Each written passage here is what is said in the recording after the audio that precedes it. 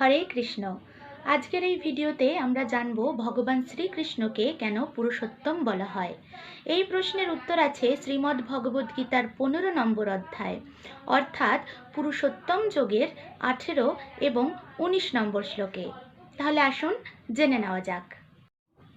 18 নম্বর শ্লোকে ভগবান শ্রীকৃষ্ণ অর্জুনকে বলছেন, यस्मात्क्षरमतीतोऽहम् अक्षरादपि चोत्तमः अतोऽस्मि लोके वेदे च प्रथितः পুরুষোত্তমः।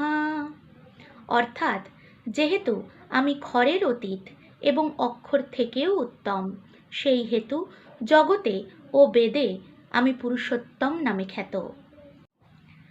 19 নম্বর শ্লোক, यो मामेवमसम्मूढो जानाति पुरुषोत्तमं स सर्वविद् भजति मां सर्वभावेन भारत।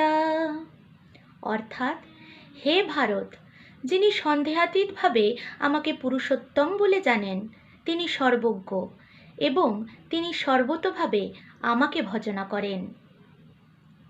রাধে রাধে।